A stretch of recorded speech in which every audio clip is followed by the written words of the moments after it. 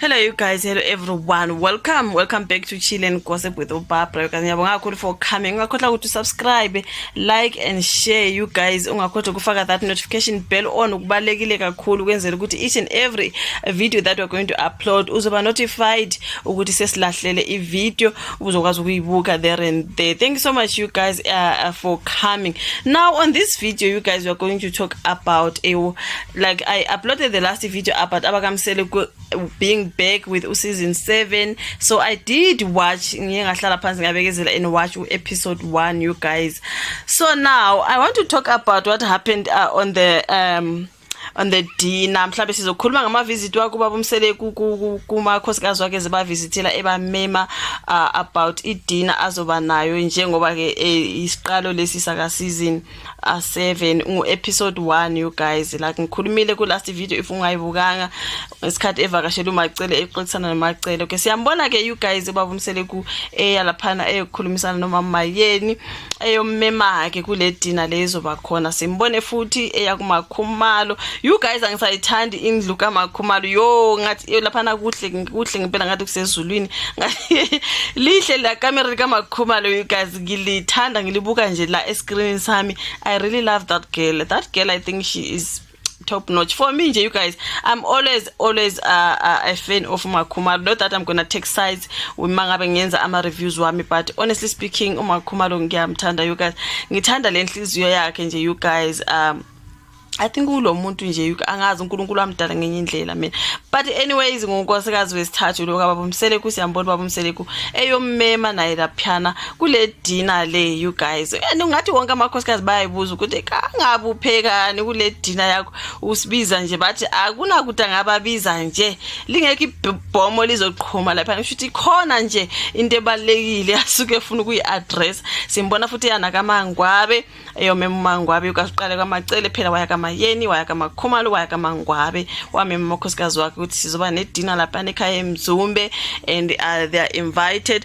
And ngiyabeza ke bethi ke kudala ke bagcina ukuhlangana. I think ngiyamuza uMakhumalo ekhuluma ngokuthi it's been a very long time bagcina ukuthi bayahlangana you guys. Nangazi bahlangana nini kanti makungabe bezoshoota or what.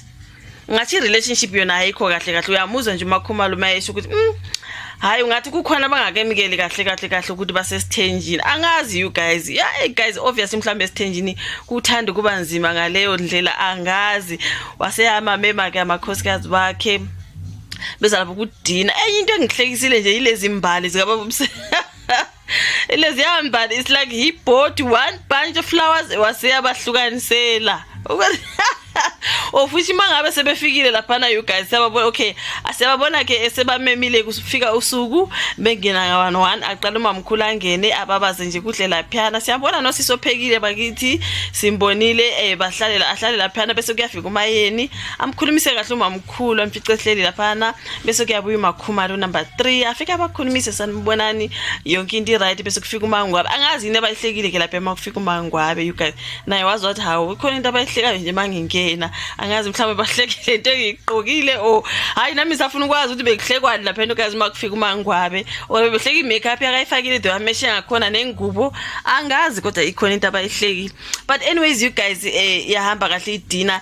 Into engihlekisile nje singakakhulumi nje ngento ezi-address ku-dinner imbali zakababa Mseleku uthe uMakhumalo mayibona ukuthi shit le ndaba le ayikho eyokuthi sithole nga3 zengasha wathi yazini sacela sihlanganiseni lezi imbali kube ngithi yi1 bese sizofaka ke kuvasi ngoba uthe mayeseshe baba Mseleku wathi hey bengeke ngikhona phela imbali ziyabiza.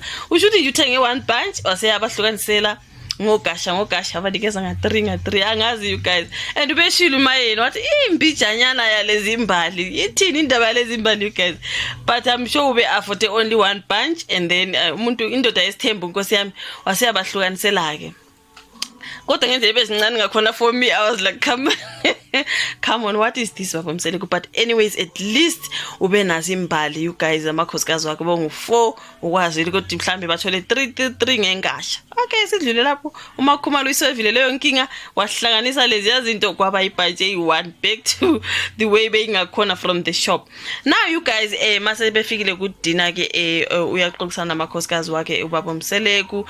But the only thing that I did not like attitude kaMamkhulu yo guys attitude kaMamkhulu mkhulu yo uthini ngoma mkhulu kule season ngicela ukubuza if you did watch this episode already ithini indaba kamamkhulu ngoba wow uyazi her response mangabe umyeni wabo ethi yena uzothanda ukuthi izingane zihlangane uthi baba Mseleku uzothanda abantwana abahlangane you guys bazokwazi ukuthi bavakashelane njengabantwana bomuntu oyi1 ngumndeni omkhulu lo oyi1 you guys kodwa kunamakhosikazi awu 4 right kunabantwana lapha kunabantwana lapha we know ukuthi uMakhumalo unfortunately she doesn't have but ukhona uMbilo ke you guys who is the one with uMakhumalo kodwa engumntana kaBaba Mseleku with someone else I think her mother is no more something like that.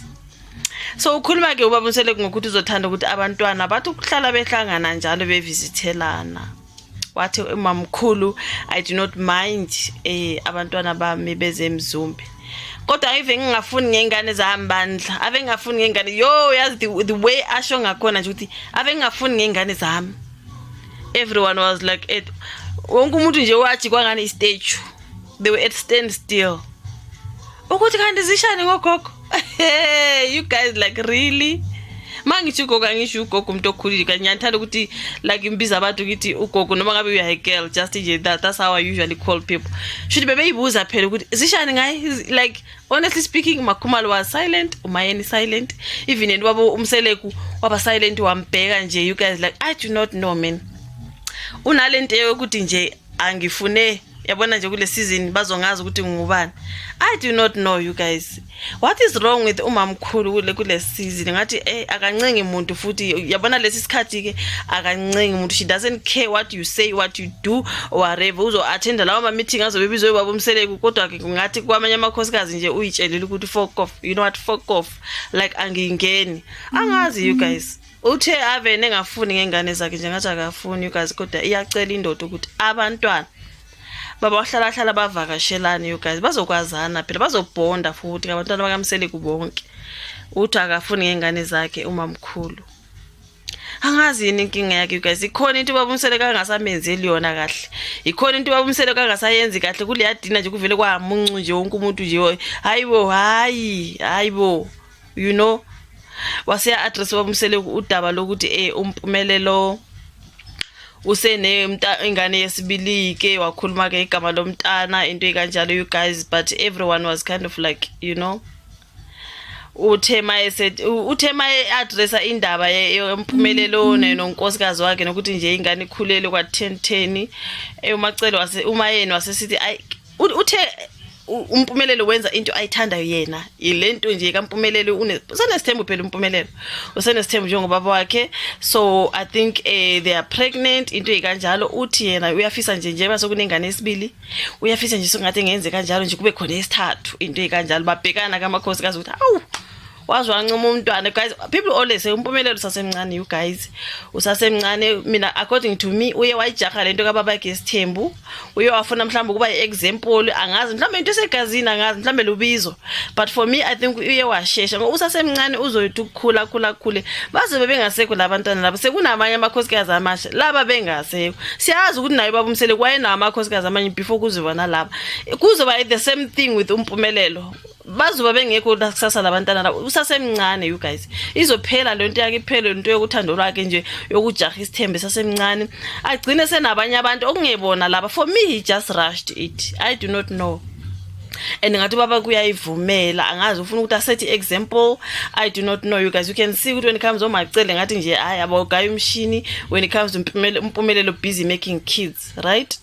I think I skipped the part where he also when we visited Umacele wakhuluma ngodaba lokaSne lokunga respect uMacele ngale you guys we will talk about that I think ukuthi uSne uxolisile and futhi nalesi yasiswa engathi ayihambi kahle indaba yakhe saphuma ngizwile nje ukukhulunywa ngemiscarriage uSne nompumelelo into yabo nje bayazala you guys bayazala so esikasine sapromises umpumelelo yena nje njengoba sesithenjini ke senesithembu wayena ubhizi uyazala uboy and ubaba uproud and umuntu ozoba proud lana uma wakho mayeni kuphela the rest of the wives uyabona ukuthi ayi abayingeni so uthema esakhuluma ukuthi angajabulela imizukulu esithathu wasethi umayeni ke ayi kuzoba sekuyishansi kabani ka ubani lo umntana kaMama Macele you guys lwana Mpumelelo loyana uLwandle wathi ke hayi kuzobe sokuyitheni kaLwandle yo I just looked umama kaLwandle ebusweni ngabona ukuthi akayithandi lento ephendula uMacele umayeni ukuthi ungenaphi Musa ufaka igama leyami ingane lapha la kukho competition uLwandle uma engekho ready akakabi ready for kwenza lento ezumpumelelo so uthe ubaba mayikhuluma ukuthi uzojabulela umzukulu wesithathu wathi hayi ngiyayithanda lento ayenzayo yenza into engiyithandayo wasethi umayeni hayi lesi sikhathi kuzobe sokuyishansi kaLwandle the face yakamamkhulu engathi uyasho ukuthi yazini ungalibiza igama lengane yami hlala endaweni yakho nje nalo mntana wakho senesithembu ungamfaki wami. She didn't say that, but that's what for me that's what she was saying in the inside.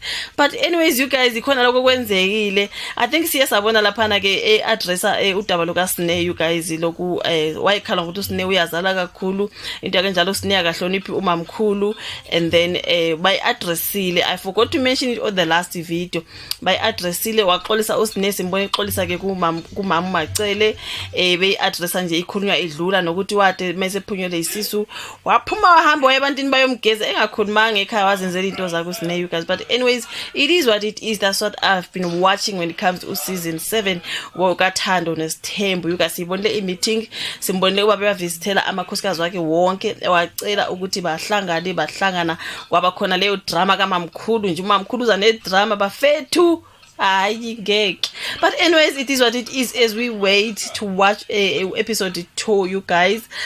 Kuzoba kuningi lapha nathi kuzoba nodouble kaMpumelelo namakhosikazi wakhe nesithembu sakhe kuzoba kuningi ke. Anyways mina I'm gonna keep you updated. Make sure you subscribe, like and share. Make sure uyayifaka on the notification bell ukuze ukuthi wonke lama videos engiwa-uploadayo ungafaka i-bell on. Once I upload you get notified and then you get to watch the video. Yabonga kakhulu you guys for your love and support. Ungakhohlwa ukuthi subscribe again zakubona second round. Bye.